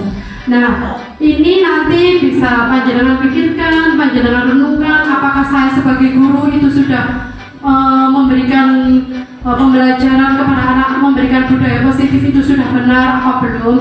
Nah itu dari saya Bapak Ibu, jika ada salah-salah kata saya mohon maaf. Dan ini materi yang terakhir akan disampaikan oleh Pak Adi. Monggo Pak Adi dipersilahkan waktu dan tempatnya.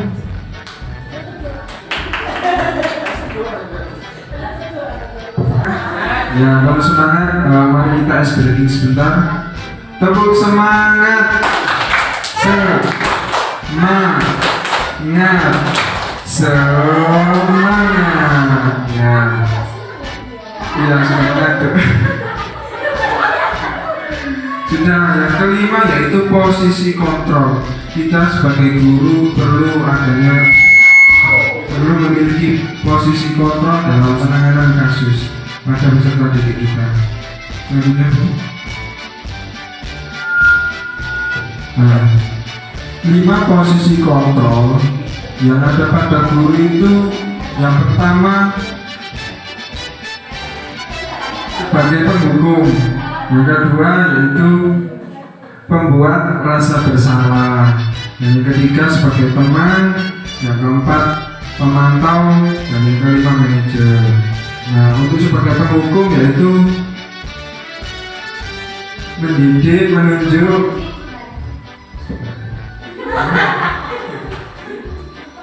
Pak Surut, kacamata Pak Surut. Yang pertama yaitu menghardik, menunjuk,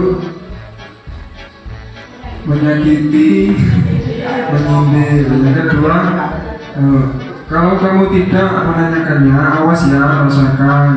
Nah, yang keempat, memberontak, menanyakan orang lain, berbohong.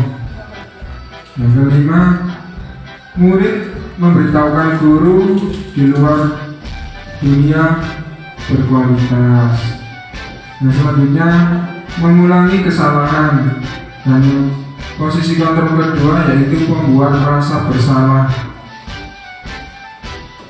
Yang pertama, berceramah dan mengatakan seharusnya ibu kecewa. Kamu sudah tahu ibu lelah sekali, mengatakannya ibu stres. Yang ketiga, membunyikan, menyangkal dan berbohong. Yang keempat,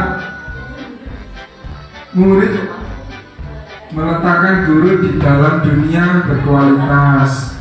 Yang keempat, maafkan saya. Yang kelima, merasa rendah diri. Yang ketiga, posisi kontrol yaitu guru sebagai teman. Membuatkan alasan-alasan untuk muridnya. Yang kedua, ayolah lakukan demi ibu. Masa kamu tidak mau? Ingat, tidak ibu pernah bantu. Yang ketiga, ketergantungan. Dan yang keempat, murid meletakkan guru sebagai orang yang sangat penting di dunia berkualitas. Yang keempat, saya pikir bapak ibu teman saya ternyata begitu. Yang terakhir, lemah, tidak mandiri, tergantung. Posisi kontrol yang keempat sebagai pemantau. Yang pertama, menghitung dan mengukur. Yang kedua, apa peraturannya. Yang ketiga, menyesuaikan diri bila diawasi. Yang keempat, murid meletakkan guru, peraturan dan hukum di dunia berkualitas. Yang keempat, berapa banyak bintang yang saya harus peroleh dan berapa halaman yang harus saya tulis. Selanjutnya, menitik beratkan pada sanksi atau hadiah untuk dirinya. Dan yang terakhir, guru sebagai manajer mengajukan pertanyaan-pertanyaan. Pertanyaannya, apa yang kita yakini? Yang kedua, apa yang bisa kau kerjakan untuk memperbaiki masalah ini? Selanjutnya, menguatkan pribadi. Murid meletakkan dirinya sebagai individu yang positif dalam dunia berkualitas. Yang keempat, selanjutnya, bagaimana cara saya bisa memperbaiki keadaan? Dan yang terakhir, mengevaluasi diri, bagaimana cara memperbaiki diri. Nah, dari kelima posisi kontrol ini, Bapak Ibu mungkin boleh memilih yang terbaik apa. Mungkin kira-kira dari 5 posisi kontrol, dari penghukum, pembuat rasa bersalah, sebagai teman, sebagai pemantau, ataupun sebagai manajer. Kalau dari saya, kelima posisi kontrol yang terbaik yaitu manajer. Guru sebaiknya mengajukan pertanyaan-pertanyaan. Dan selanjutnya, apa yang kita yakini, apa yang bisa kau kerjakan untuk memperbaiki masalah ini, dan menguatkan pribadinya beserta didik. Murid meletakkan dirinya sebagai individu yang positif dalam dunia yang berkualitas. Bagaimana cara saya bisa memperbaiki keadaan? Yaitu murid disuruh mencari solusi atas kesalahannya yang telah dilakukan. Mengevaluasi diri, bagaimana cara memperbaiki diri. Jadi murid dipandu guru untuk memperbaiki dirinya setelah apa yang tadi permasalahan yang telah dilakukan murid, yaitu gurunya ingin murid itu sendiri yang memperbaiki kesalahannya. Selanjutnya, ini ada pertanyaan-pertanyaan, pernyataan-pernyataan. Saya kecewa sekali dengan kamu. Kamu tidak pernah benar melakukannya. Ayolah, lakukan demi ibu bapak. Apakah kamu mau mendapatkan stiker bintang hari ini? Dan bagaimana kamu bisa menyelesaikan masalah ini? Kamu selalu yang paling terakhir. Nah, yang pertama itu membuat orang merasa bersalah. Yang kedua, sebagai penghukum karena tidak pernah. Berarti kan anak-anak itu langsung dihukum sama gurunya dengan kata-kata suggestif tidak pernah. Yang ketiga, lakukan demi ibu bapak. Jadi guru itu sebagai teman. Yang keempat, pemantau. Yang kelima, manajer. Yang keenam, penghukum. Kamu selalu. Nah, selalu berarti kan pasti gitu ya. Itu namanya guru sebagai penghukum. Yang keenam yaitu segitiga restitusi.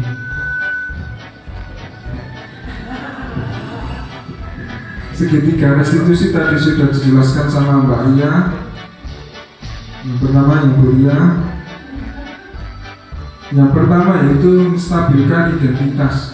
Jadi setiap orang pasti pernah melakukan kesalahan. Kamu bukan satu-satunya yang pernah melakukan ini. Yang kedua, validasi kebutuhan. Kamu tentu punya alasan mengapa melakukan itu. Adakah cara untuk lebih efektif untuk mendapatkan apa yang kamu butuhkan? Dan yang ketiga, menyampaikan keyakinan. Menanyakan keyakinan, nilai-nilai apa saja yang telah kita sepakati. Kamu ingin menjadi orang yang seperti apa? Assalamualaikum warahmatullahi wabarakatuh. Gimana kabar ini? Alhamdulillah, Baginda tahu ada seperti Alhamdulillah tahu hari ini itu pelajarannya sebenarnya ada. Terus Baginda ini pelajarannya yang dibawa apa? Kayak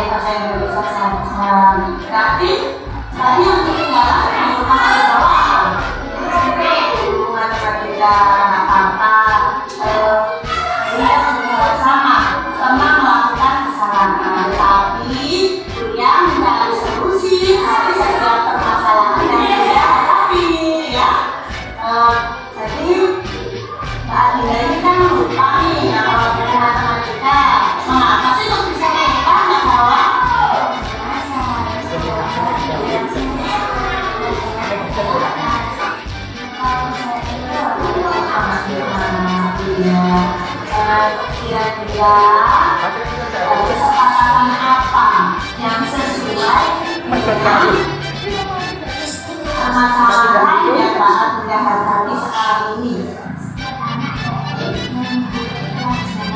Ya, karena tetapi Pak sudah kurang fokus ya, kurang penting ya buat saya ya. Iya, apa nanti kok nggak fokus ya ke cerita-cerita? Bingung ya, bingung untuk mencatat pelajarannya, pelajarannya ya. Nah, kalau seperti itu, apakah Mbak Adinda meyakini tentang nilai-nilai kelas tersebut? Ya, lalu bagaimana cara memperbaikinya?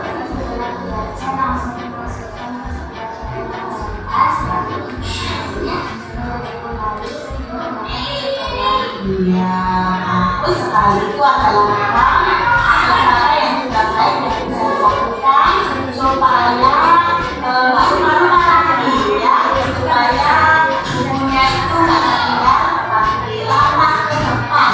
Lama ke depan itu selanjutnya apa lagi yang akan kamu lakukan? Kalau sudah ya, betul. Setelah yang keduanya dilihat, terus sebelum berangkat sekolah nih di pagi hari itu bisa lagi jadwalnya, dicek lagi buku-bukunya, kalau sudah dicek dilihat di berangkat, kalau sudah masuk semua bukunya siap dibawa berangkat ke sekolah. Jadi nggak takut keluar lagi seperti itu ya. Dan ya, apakah kamu berarti sehari lagi? Bagus sekali ya, tetap semangat ya, tetap semangat sekolah, tetap semangat beraktivitas ya. Nah, Bapak Ibu, ini tadi sebagai contoh penanganan kasus atau masalah dengan penggunaan rumus ketika restitusi. Ya. Nah, selanjutnya yaitu refleksi. Yang pertama, hal baru apa yang Bapak Ibu dapatkan setelah mengikuti kegiatan hari ini? Yang kedua, perasaan apa yang muncul selama mengikuti sesi ini, khususnya mengenai makna, disiplin, dan motivasi intrinsik? Yang ketiga, sudahkah saya menerapkan budaya positif di sekolah saya? Dan yang keempat, saya akan menjadi guru yang seperti apa setelah mengikuti kegiatan pada siang hari. Ada pertanyaan? Barangkali juga satuan? Nah, mungkin selanjutnya penutup dari Bu Yeni. Monggo Bu Yeni.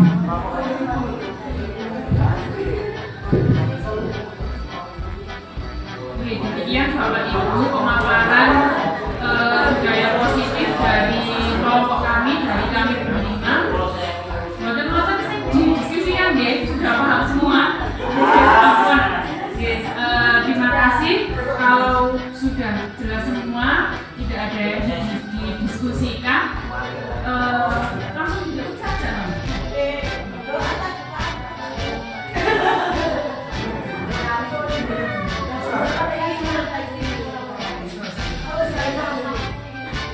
Barangkali ada salah satu dari Bapak Ibu di sini yang ingin membuat refleksi dari kegiatan hari ini, yang ingin sharing apa saja yang telah didapatkan. Oh,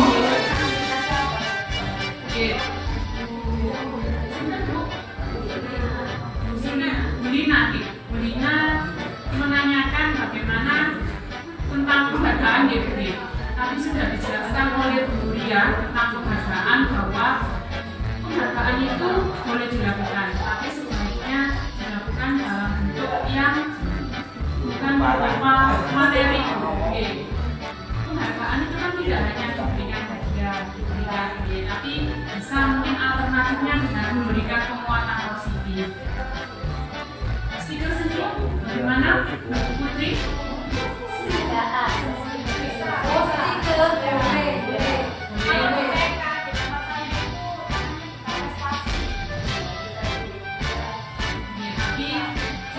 sudah dijelaskan tadi Bu, sebaiknya dilakukan tidak menggunakan penghargaan yang sifatnya itu fisik atau materi. Sebaiknya misalkan diberikan penguatan, ujian, motivasi, bagus,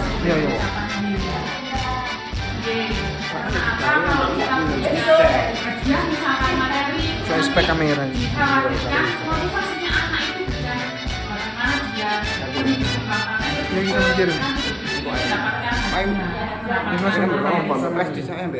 jadi motivasinya itu bukan berasal dari dirinya sendiri, melainkan atas dasar ingin mendapatkan hadiah. Ya, terus Bu. Oke, kalau sudah jelas tidak ada yang ditanyakan Bapak Ibu, marilah acara kita pada siang hari ini kita tutup dengan bacaan hamdalah bersama. Saya di sini sebagai moderator. Apabila ada kata-kata atau perilaku yang kurang berkenan, mohon maaf yang sebesar-besarnya. Billahi taufiq wal hidayah. Wassalamualaikum warahmatullahi wabarakatuh.